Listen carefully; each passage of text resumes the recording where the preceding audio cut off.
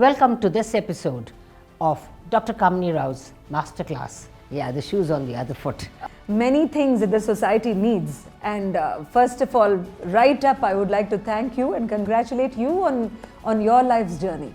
But I guess there comes a time in our lives when we know what's the man ki baats, Story about Pickle Jar. Why Pickle Jar? Two women who are extremely close to my heart used to make lovely pickles. Yeah, you must tell me that. Oh, what was the difficulty there? See, someone like Shankar Hassan Loy were bubbling with energy. They came into the show, and this was again 2007 or something. And when they were coming in, we were actually playing pranks as if they are our buddies, though we were meeting them for the first time, because their personalities were like that, very youthful, like the music. Dil Chahta Hai used to be hugely popular those days, and so I remember, they came in, so they were like, and then I'm holding on to the door, so it's like the whole this thing. But Srinivas was such a shy person, and so there was, if this was my mic, and I had 4 tall chairs there, and so he was sitting there, and then I'd say, so Shankar, you're producing this music, so how is it going? And then they would, you would have no trouble at all getting them to talk about it. But while you had Srinivas there, I would frame I said, you took up mandolin at such a young age. There are millions of people who love your music. Da, da, da. And then I pose a question. He'll say, yes. That's it. That's all. Yeah, because his music does all the expressing. Mm-hmm. And then you're like, okay, now what next do I ask him? So you are flummoxed. Yeah. And I told him, I told our listeners, the best thing to do is to confess to your listeners and not act all smart. I say that people, but guess who I'm having the most difficult, getting any response. So you meet so-called celebrities, super achievers, but truly the high I got from whatever, whether on TV or radio or even now, is the high you get from talking to, let's say, the average Indian, so-called like even the promo used to be something on those lines, like Sadharana Vyakti, Asadharana Baduku. So, whenever I used to have my weekend Kannada show, it used to delight me to tap into this side of people who you would miss when you're probably and that's what the show is about. Why be ordinary when you can be extraordinary, and looking for that extraordinary within you rather than looking at it outside. So very, very important. Now you've been sort of looking at celebrities. What about when you were interviewing politicians? Now that's a really different cup of tea, Vasanthi. I mean, they say something, they do something else. So it's more of a comic kind of thing. They actually tell you what they don't do. So how do you manage to get, into their brains and get out what they're not saying? Okay, so straight up, without further ado, let's take a case study. Mr. Shashi Tharoor. I was interviewing him last May when he was the candidate for the Lok Sabha elections in Thiruvananthapuram, and that was my very first stop. And by now, till now we've spoken as me as RJ, now this was Vasanthi as the Pickle Jar journalist, you could say. And we were also parallelly, like one part of it we were doing for Daily Hunt, but I was getting to do an analysis for CNN News 18 and NDTV India, where I was speaking in Hindi, for the people. But here was a man who is really a man of many parts. Like the moment you say Shashi Tharoor, what do you remember? But his English. So, but then again, you can't deny that he's had a stint in the United Nations. He's had a very entertaining side of himself, but he's also somebody who has to fulfill the aspirations of his constituency. Then there were charges against him. So, when I am interviewing a Neta, then one part of me is, antenna is up on guard. And why is it antenna on guard? Because I have to look for not just things that he's saying, but for things that he's not saying. That's what I'm that is where I have to, a lot of people think the journalists trap those who are, before them. I wouldn't go so far to call it a trap, but I would say that you have to be really watchful in reading between the lines. And suppose he says something like, yeah, well, our party workers are, so then I'm parallelly asking, well, is that because they were all diverted to, Rahul Gandhi's constituency, which is in Wayanad? So then, that's because you have imagined and asked on the viewer's behalf, saying that it's not just me, but it's also you are getting, because you are the one who's getting access to this man, whereas, there are a whole set of people who would have liked to ask what I should be asking. So, to your answer to your question, a politician interview never, it's so multi-dimensional. It's a different baby altogether, and yet it's the way I approach it is like anything else. Some of the ground rules, which is to put the person at ease, to make sure that you are not like, you're not going all blazing guns into an interview. You are first of all setting some context.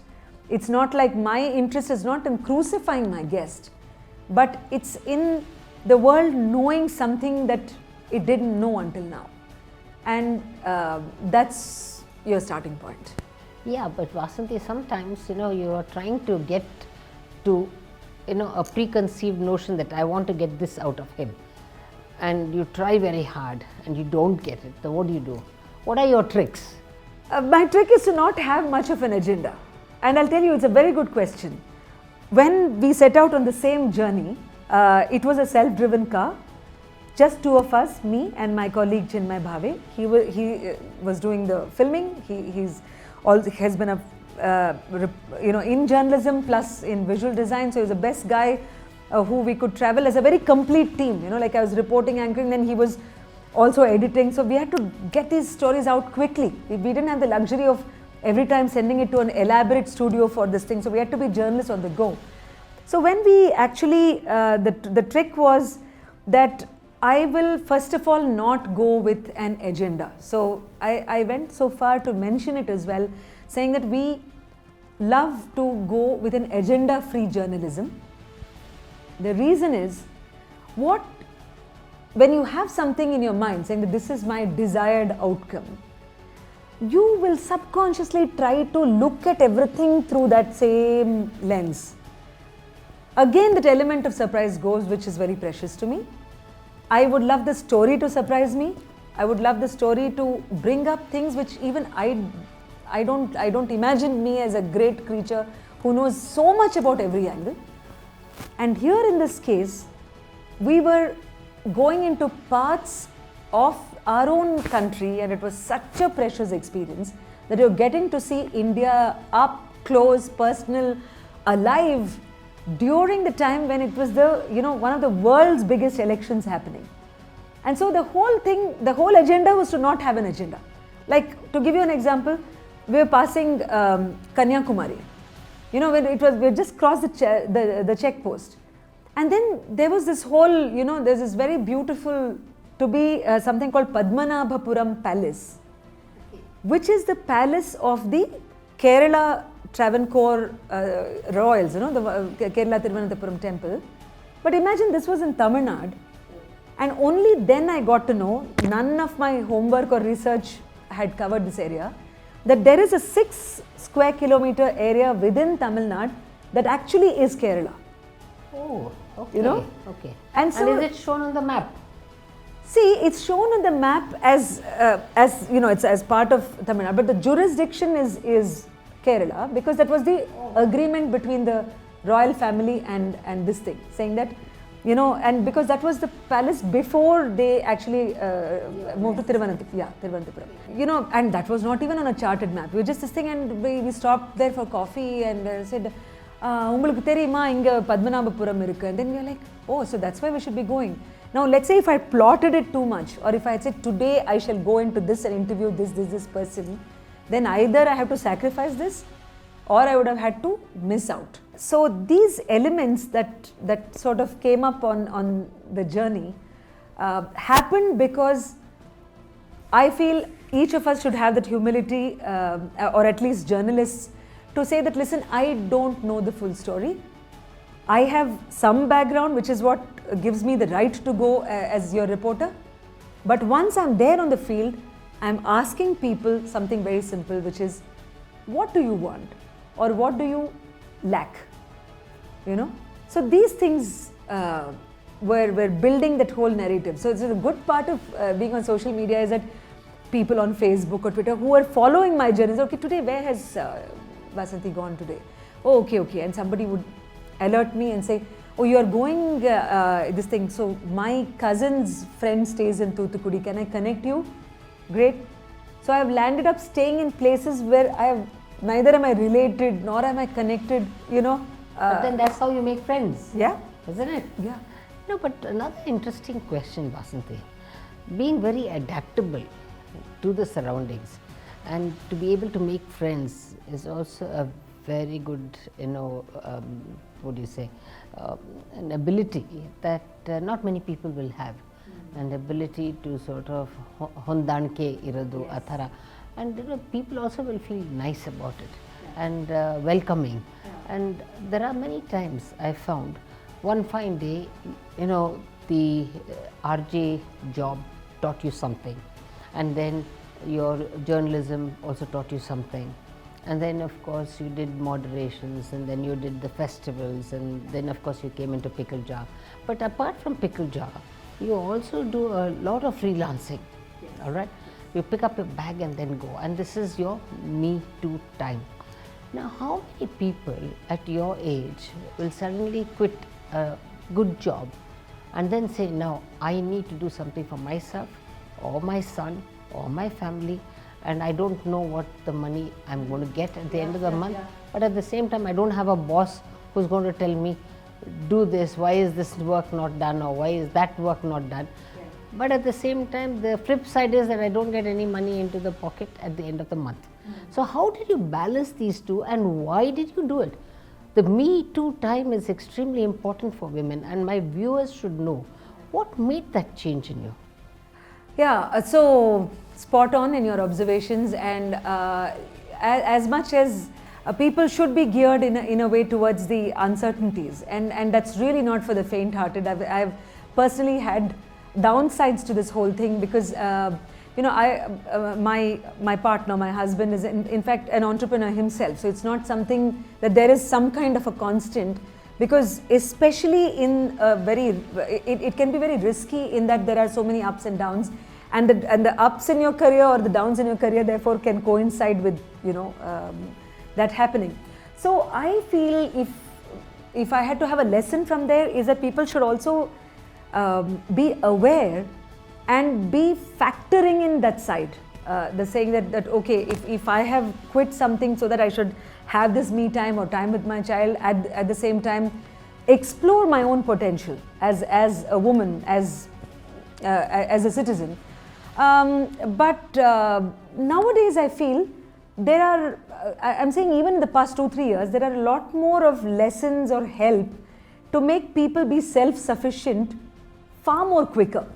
Like to put out your work there, to make sure that this is what you do, and therefore to set the payment and things like that. 5-6 years back, it was not the case. Therefore you probably learned by your mistakes. Even to come with what is the price of what you're offering is not easy. I'm speaking from my experience, saying that okay, I've been engaged for this kind of an assignment. You might say something, but you are not sure whether that is being too much or too less, because in many ways you're setting a unique path for yourself. Like you're really building the road and then walking on it. Huh? You could say that. Yeah. You could say no, that. But the fact is, how do you build in that courage?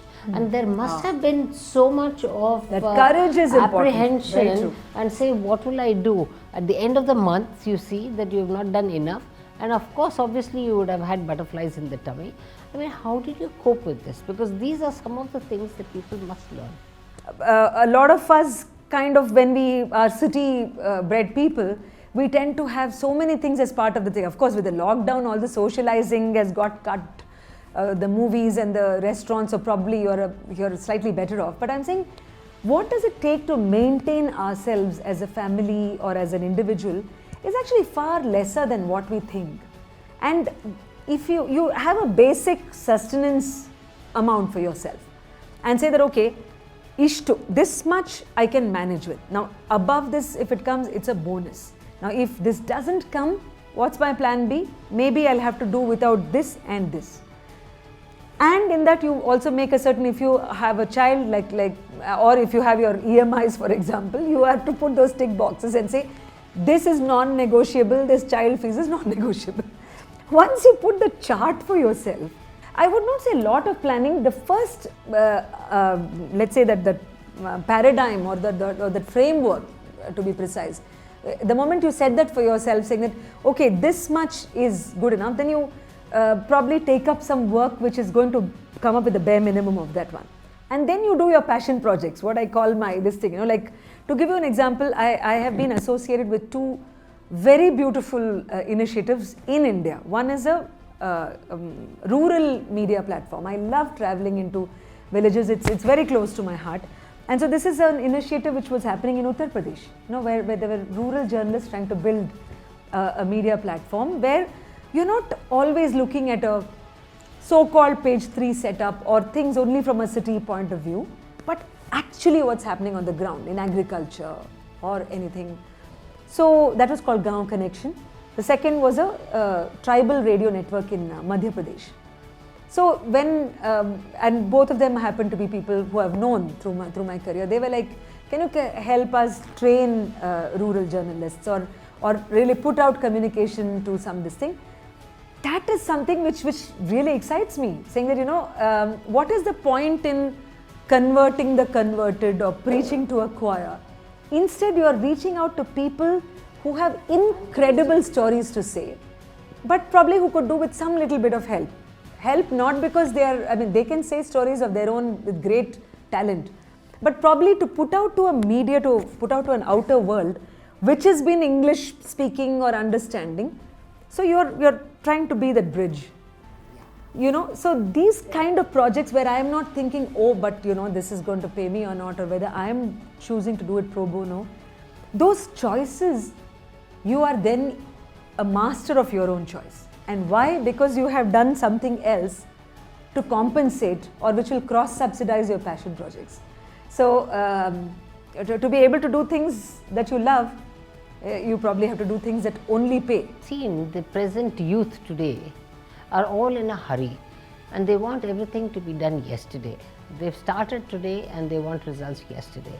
And to them, anything that they actually upload, they want to see n number of hits on their WhatsApp or on their YouTube channel, etc.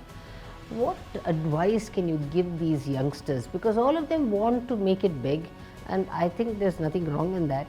But what kind of direction do you give these people?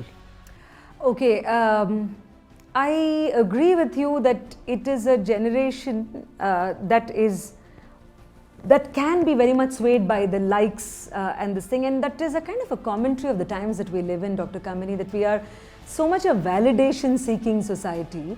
And whenever there are, let's say, people who reach out to me through my social media, and some of them are like, oh, we are so disillusioned with this that's happening in the world, because to be fair to this generation, they are also exposed to the ugly side of things or the nasty side of things more than, let's say, I faced in my younger this thing, or you would have seen. And therefore I feel that they need to know, and this is what I share with them, saying that there is no shortcut to hard work. I mean, I know I'm not the first soul in the world, there are many greats who have said this, but it's a lived experience.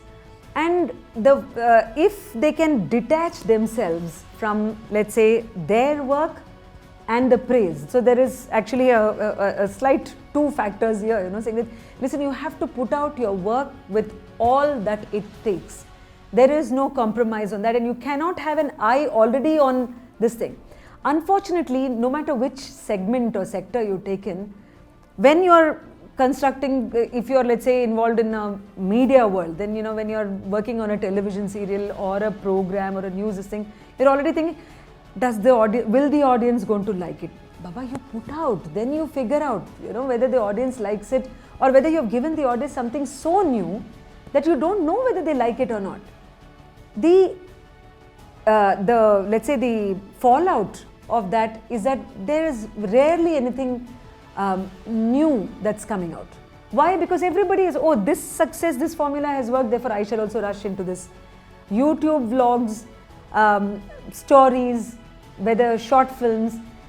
That is why, you know, that freshness somewhere takes a long. I'm not saying it's not there. In fact, there are many new things that are coming out from people. But I guess that thing has to, we have to constantly share. Those probably who are having. To give you an example, there's this young person just 2 weeks back who reached out to me and said, Vasanthi, you know what? How do you make your voice heard? Because, you know, in a team like this thing where I try to say something and somebody says, oh, but, you know, kind of rubbish is you. How do you make your opinion count? So these are seemingly small things that this generation is struggling with because there is a surplus of everything. There's a surplus of opinion and surplus of opinion makers. Anybody who has a Twitter account thinks that I am my own broadcaster. So this young person really has it tough in that sense. And I think to try and detach yourself from social media is a struggle. People prescribe yoga and meditation and what have you, but I think it has to run its course. There is no running away from that.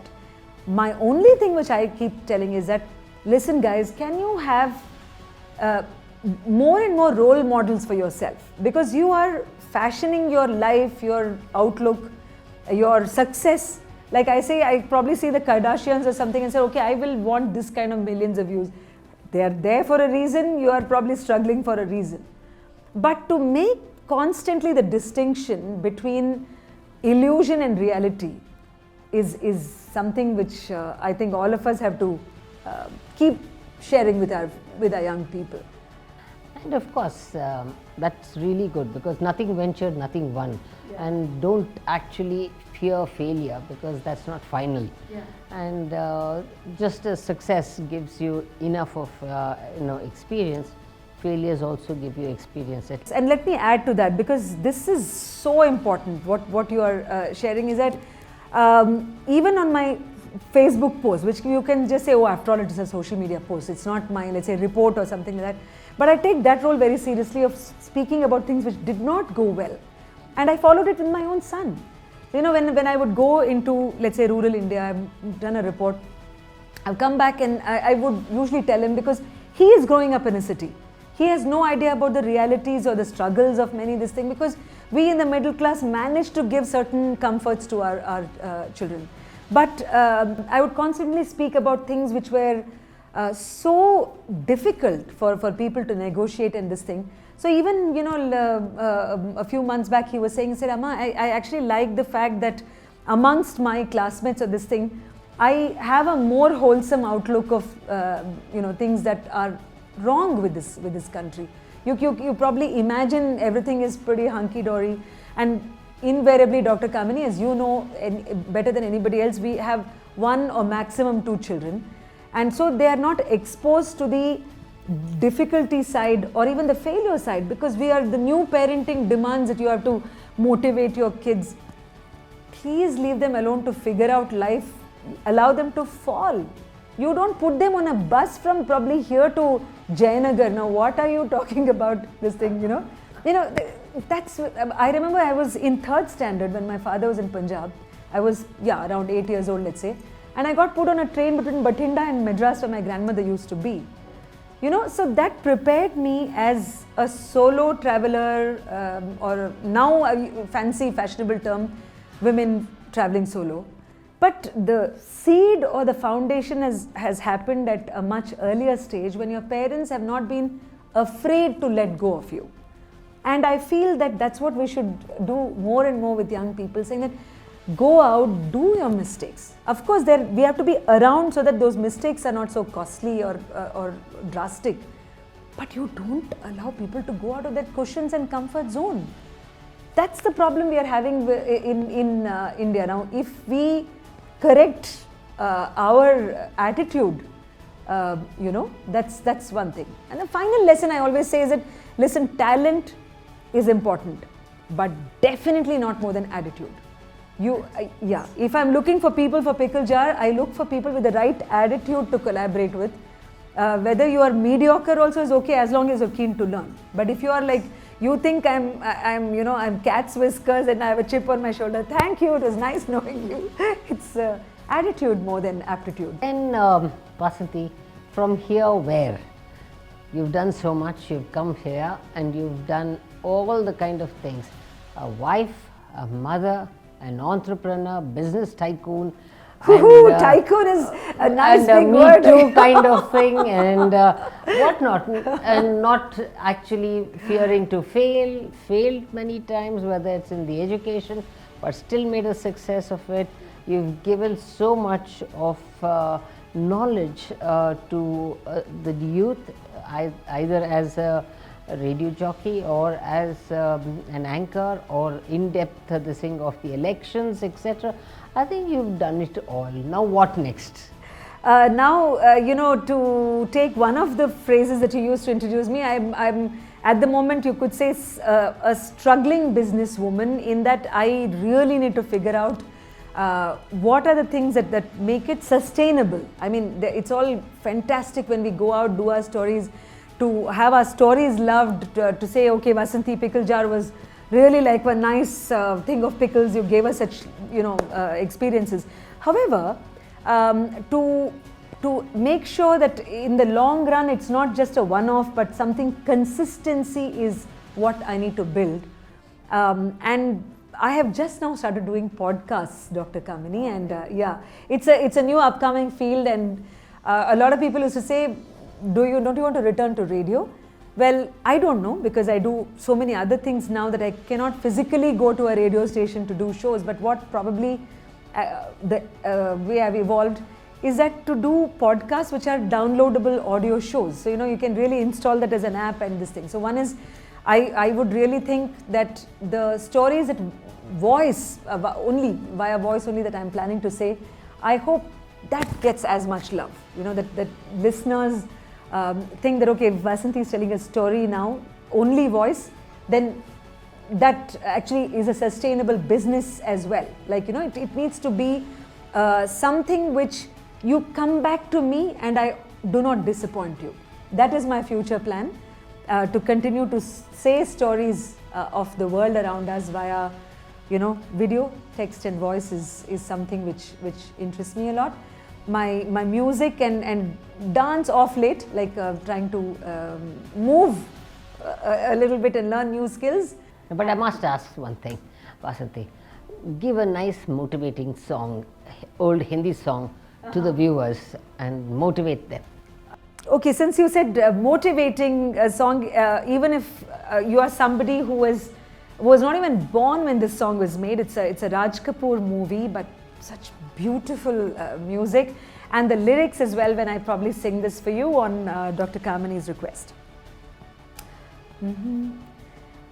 किसी के मुस्कुराहटों पे हो निसार, किसी का दर्द मिल सके तो ले उधार, किसी के वास्ते हो तेरे दिल में प्यार, जीना इसी का नाम है, किसी के मुस्कुराहटों पे हो निसार, किसी का दर्द मिल सके तो ले उधार, किसी के वास्ते हो तेरे दिल में प्यार, कि जीना इसी का नाम है. Excellent, excellent. I think this is something that rounds us off. It's almost like having the pickle with your curd rice, and the curd rice just goes down the throat so well. And I'm sure all the motivational talk that you gave to the youth is what this masterclass is going to be about. And I'm so happy that you've come to this program, and all our viewers are going to be extremely happy listening to you, Vasanthi. And to the viewers, thank you very much for viewing this masterclass today. Dr. Kamini Rao's masterclass for you.